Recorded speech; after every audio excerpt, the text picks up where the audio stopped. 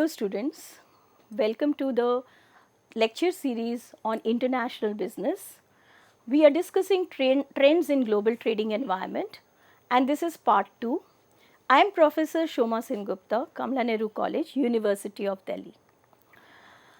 In this lecture we will discuss again the global trading environment, the rest of the components, recent trends in world trade, trends in India's foreign trade, volume, composition and direction of trade. In other components, we have already components of global trading environment, we have discussed trade policy and strategy and trade barriers. The third one is trade agreements. Trade agreements are the formal arrangements between two or more countries to reduce or eliminate trade barriers on goods and services traded between them. The aim is to foster economic cooperation, increase trade flows by creating favorable trade environment. So, these trade agreements may be bilateral or multilateral. Bilateral agreements involve two countries, while multilateral agreements involve three or more countries, which we have discussed earlier also. The aim is to reduce trade barriers, increase market access and foster economic cooperation between participating nations. Trading blocks. A trading bloc or trade bloc is a group of countries that have agreed to reduce or eliminate trade barriers among themselves to promote economic integration and cooperation. Many examples are there: free trade areas, custom unions, common markets, and this we have discussed in detail earlier also, and later on also we will take up each of the trade bloc. Trading blocs are experiencing several key trends, including a rise in regional partnerships like EU, ASEAN, a growing emphasis on sustainable trade practices, increasing importance of digital trade and e-commerce. And the last component is state trading. The state is also making purchases from foreign companies and foreign countries. State trading refers to commercial activities conducted by state-owned or state-supported enterprises that have exclusive or special rights to import or export specific goods. These enterprises can influence the volume and direction of international trade. The World Trade Organization recognizes state trading enterprises as legitimate trading entities subject to international trade rules. Now, coming to certain recent trends in world trade in terms of facts and figures, first of all, the merchandise trade trends. So, the world has witnessed a rapid and steady increase in merchandise trade from the year 2000 due to declining barriers, relaxation of monetary and fiscal policies. So, we found that worldwide there was declining barriers in every country, and this has led to flourishing of merchandise trade. If we see in year 2000, global merchandise trade experienced strong growth with a 12% increase in trade volumes. In 2006, real merchandise export growth was 8%. In 2024, world merchandise trade saw a 2.9% increase in volume in comparison to the previous year. Now, if we see in 24, before 24, for few years the world merchandise trade suffered because of COVID-19, and later on in 24 it picked up.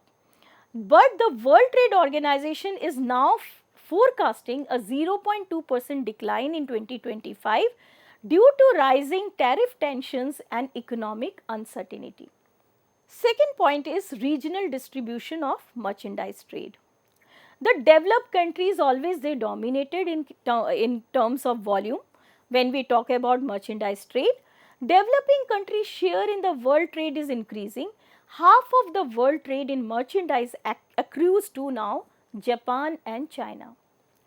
Regional distribution, if we see the share of average estimated of countries in world trade, we find that the developed countries in 67%, Europe 43%, Asia 27%, but these figures are a little older ones. if we see the current figures, we find that the Asia Pacific region, here the merchandise trade and trade of every type has multiplied. Composition of merchandise trade, if we talk about the type of the product, so the share in the world trade, still we find that the manufactured goods largest share, then pharma also has highest growth in manufactured products. Automotive products is another area where which is seeing high growth. Price changes are affecting the growth figures. Growth of world trade in services is another very important element. We see that the share of services is increasing. Share in world trade, if we find, it is increasing but lower than that of the merchandise trade still. Developed countries have the largest shares. 20 countries control over 75% share of the world market in services. Intra-regional trade, we find that the share in the world trade, EU is having maximum share because they do not have barriers. So, the regional trade is very swift. Then the NAFTA, second highest share. Asia Pacific and BRICS is becoming a major player. So, among themselves they are doing lots of business. Trade wins have been witnessed. International trade in goods has increased dramatically in last 2 decades. Developed countries, the main destination of international trade in terms of import and export is developed countries, of course. Trade flows to and from developing countries largely involve middle income and high income countries. Now, let us see the trend in India's foreign trade. Now, in India's foreign trade is much related with our 5-year plans also. So, we will discuss a little bit of history of 5-year plans and relate it with the foreign trade policies. So, before 1947, before getting independence, India was the exporter of raw material and foodstuff to England and industrialized countries, and importer of manufactured goods. In 1940, in the period 1948 to 51, imports exceeded exports, although this story continued till date that the imports always exceeded exports, but there the imbalance was much more higher. So, pent up demand due to restrictions and control was there, shortage of food and basic raw material like jute and cotton and on account of partition was there. So, we used to import food products also. A rise of imports of machinery and equipment happened, hydroelectric and other projects began during this phase, and that is why heavy machinery was needed. So, we imported that from foreign countries, and that again increased our imports, and the balance of payment situation was pathetic. The first 5-year plan was launched in 1951, and it covered the period of 1951 to 1956. The motto of the first 5-year plan was development of agriculture.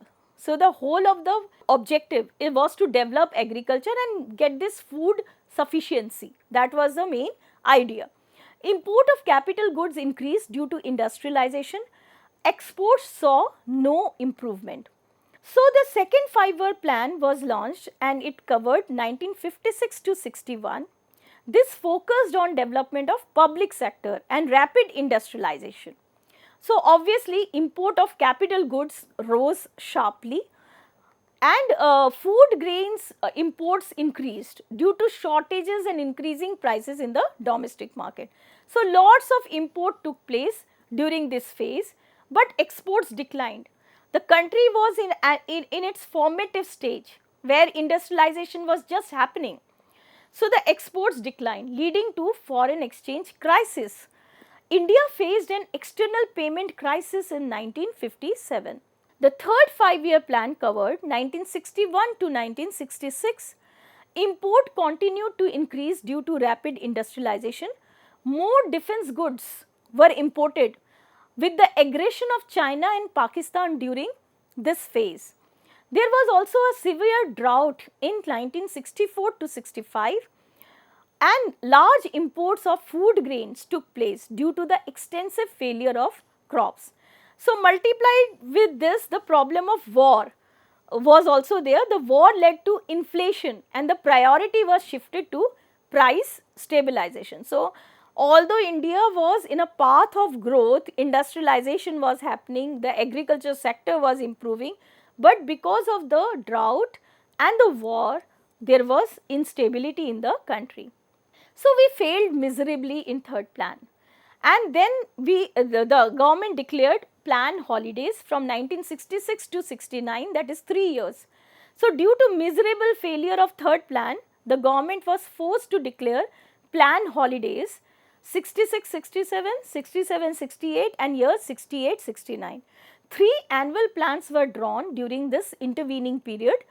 During 66 67, there was again the problem of drought. So, that kind of we were not, food sufficiency was not there, and that is why drought multiplied with the problem of drought, that escalated imports of food grains. Devaluation of rupee took place. It was devalued by 35.5% on June 1966 to reduce the imports. So, the import bill will reduce to boost exports and to improve balance of payment position. But the situation did not help, or it deteriorated with this move.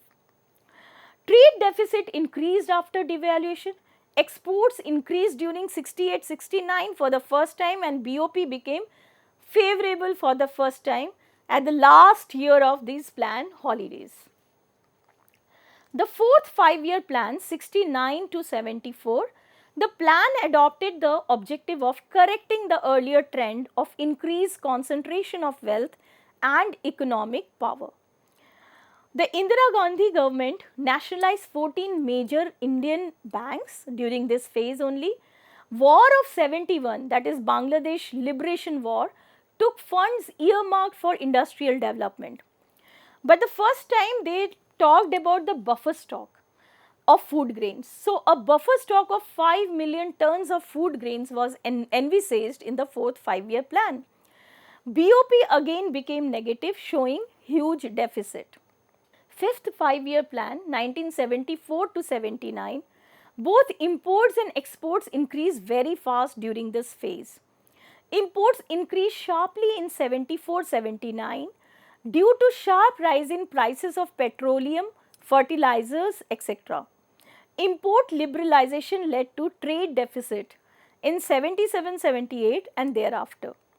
Then again there was rolling plan. Again there was the ruling party, the Janata Party government rejected the fifth 5-year plan and introduced the new sixth 5-year plan in 1980. But this plan was again rejected by Indian National Congress government in 80 and a new sixth plan was made. So, if we think about the sixth and the seventh 5-year plan, which was 1980-85 and 85-89 respectively, India strove to bring about a self-sustained economy. Exports increased, but imports decreased hugely due to sharp rise in prices of petroleum. The huge deficit prompted government to approach IMF for loan. Again there were annual plans from 1990 to 92. The eighth plan could not take off in 1990. 1990, 91 and 91, 92 was treated as annual plans. During this phase, Gulf War took place, and Gulf War led to tremendous increase in prices of petroleum, and hence import bill became huge. Now, during this phase only the Soviet disintegration took place. So, this again posed a blow to our exports. Eighth 5-year plan, this was the most dramatic 5-year plan, because in 1991 India faced a crisis in foreign exchange reserves and we were left with reserves of only US $1 billion. The country took the risk of reforming the socialist economy. So, the reforms or the second generation reforms took place during this phase. Major economic transformation was launched. India's free market reform that brought the nearly bankrupt nation back from the edge. It was the beginning of the liberalization, privatization and globalization, LPG. So, India opened up in this particular phase. Exports picked up. The effect of liberalization was that the custom duties were reduced on imports, and hence the import figures also shot up, because you have opened up the economy, so the imports became easier, and that is why import figures also increased. India's foreign trade declined due to economic crisis in Russia, recession in Japan, Southeast Asian countries. Trade deficit hugely increased during the 9th 5-year plan, which was 97 to 2002. 10th 5-year plan was launched and it covered 2002 to 2007. Exports increased substantially during this period. Imports increased more than the increase in the exports, and this led to trade deficit, and trade deficit also increased sharply. 11th 5-year plan 2007 to 2012, sharp increase in imports of petroleum products happened. Exports also increased, trade deficit continued to rise. 12th 5-year plan, deteriorating global situation, this was 2012 to 2017. It aimed to attract private investment of up to US $1 trillion in the infrastructural planning growth. With the planning commission dissolved, no more formal plans were made for the economy. So, after 12th 5-year plan, no new 5-year plan came into picture as the planning commission was dissolved, and in its place there was Niti Aayog, which was established in 2015 and it came in force on 1st January 2015. A cabinet resolution was passed to replace the planning commission with the newly formed Niti Aayog, National Institution for Transforming India. Now, Niti Aayog had a wider goal, and it was not concentrating only on the goals previously being taken up by the planning commission. If we talk about the recent years, that is financial year 2023, that is 22-23, 23-24 and beyond, we find that there was overall trade deficit. The overall trade deficit improved a little bit, in decreasing from US dollar 121.6 billion in financial year 23 to 78.1 billion US dollar in financial year 24. So, although the trade deficit continued, but it reduced during this particular year. Merchandise trade deficit also narrowed, decreasing from 264.9 billion US dollar in 23 to 40.17 billion US dollar in financial year 24. Exports including merchandise and service combined in November 23 showed a positive growth of 1.23% compared to November 22. They later experienced a negative growth of minus 3.01% in March 2024. Imports, overall imports in November 2023 saw a negative growth minus 6.616% compared to November 22, and a further negative growth of minus 6.11% in March 2024. Non-petroleum and non-gems and jewelry exports saw a modest increase of 1.45% in financial year 24. If we talk about balance of payment situation, India saw a net inflow of 44.1 billion US dollar in portfolio investment, reversing a net outflow of 5.2 billion US dollar in the previous year. Net FDI inflows declined to US dollars 9.8 billion in 23-24 compared to 28 billion US dollar in 22-23. So, we find that in certain sectors growth happened, and in certain actually the growth reversed. Foreign exchange reserves, when we talk about India's foreign exchange reserve, it accumulated to 63.7 billion US dollar during 23-24. Current account balance surplus was surplus was for first surplus in 11 quarters. So, we find first time the surplus in this quarter. If we talk about the progress since 2023, India is pursuing trade agreements with European Union and UK. The pharmaceutical industry in India continues to be significant contributor to both domestic and export markets. India's trade balance for 23 was deficit of US dollar 79.39 billion, but it is much better situation in comparison to previous years.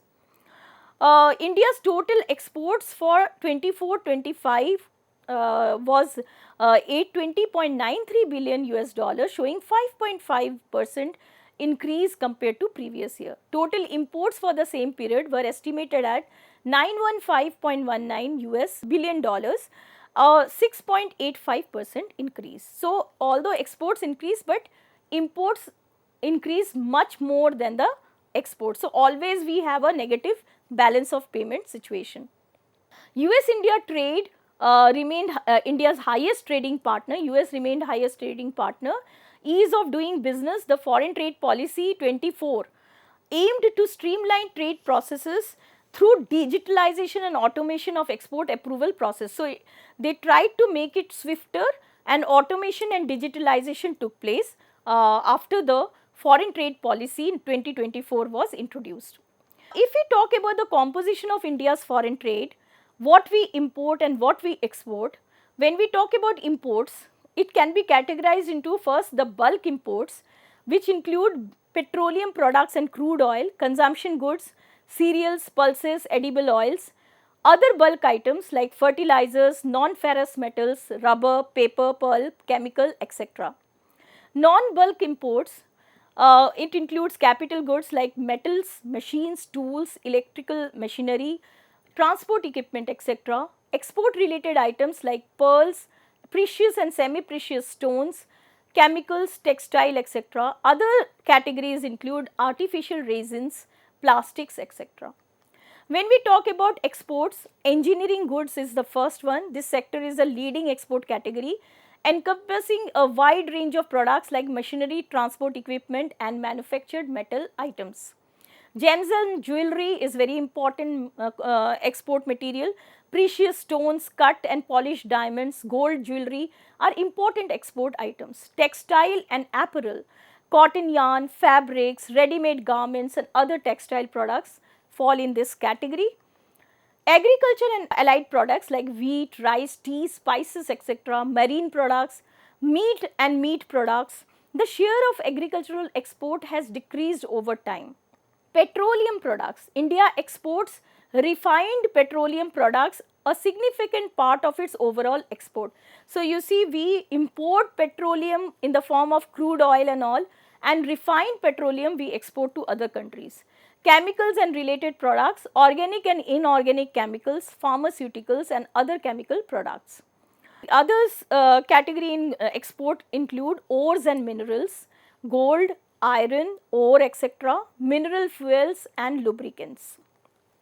To summarize this lecture, we can say that in this we have discussed the rest of the components of global trading environment. We have already discussed the trade policy, strategy and trade barriers in our previous lecture. Here we discuss the remaining ones. So, the first was trade agreement, which is an agreement between two or more countries that take place to reduce trade barriers. Trading bloc is a group of countries that have agreed to reduce or eliminate trade barriers among themselves. State trading, it refers to commercial activities conducted by the state owned enterprises, and nowadays the state is a big purchaser because we purchase defense equipment and heavy machinery and metals from other countries. World has witnessed a rapid and steady increase in merchandise trade from the year 2000 due to declining barriers. Developed countries dominated for a long time. Developing countries' share is increasing. Share of services in world trade is increasing. Trends in India's foreign trade shows that the Pre-independence era, India was the exporter of raw material and foodstuff and importer of manufactured goods.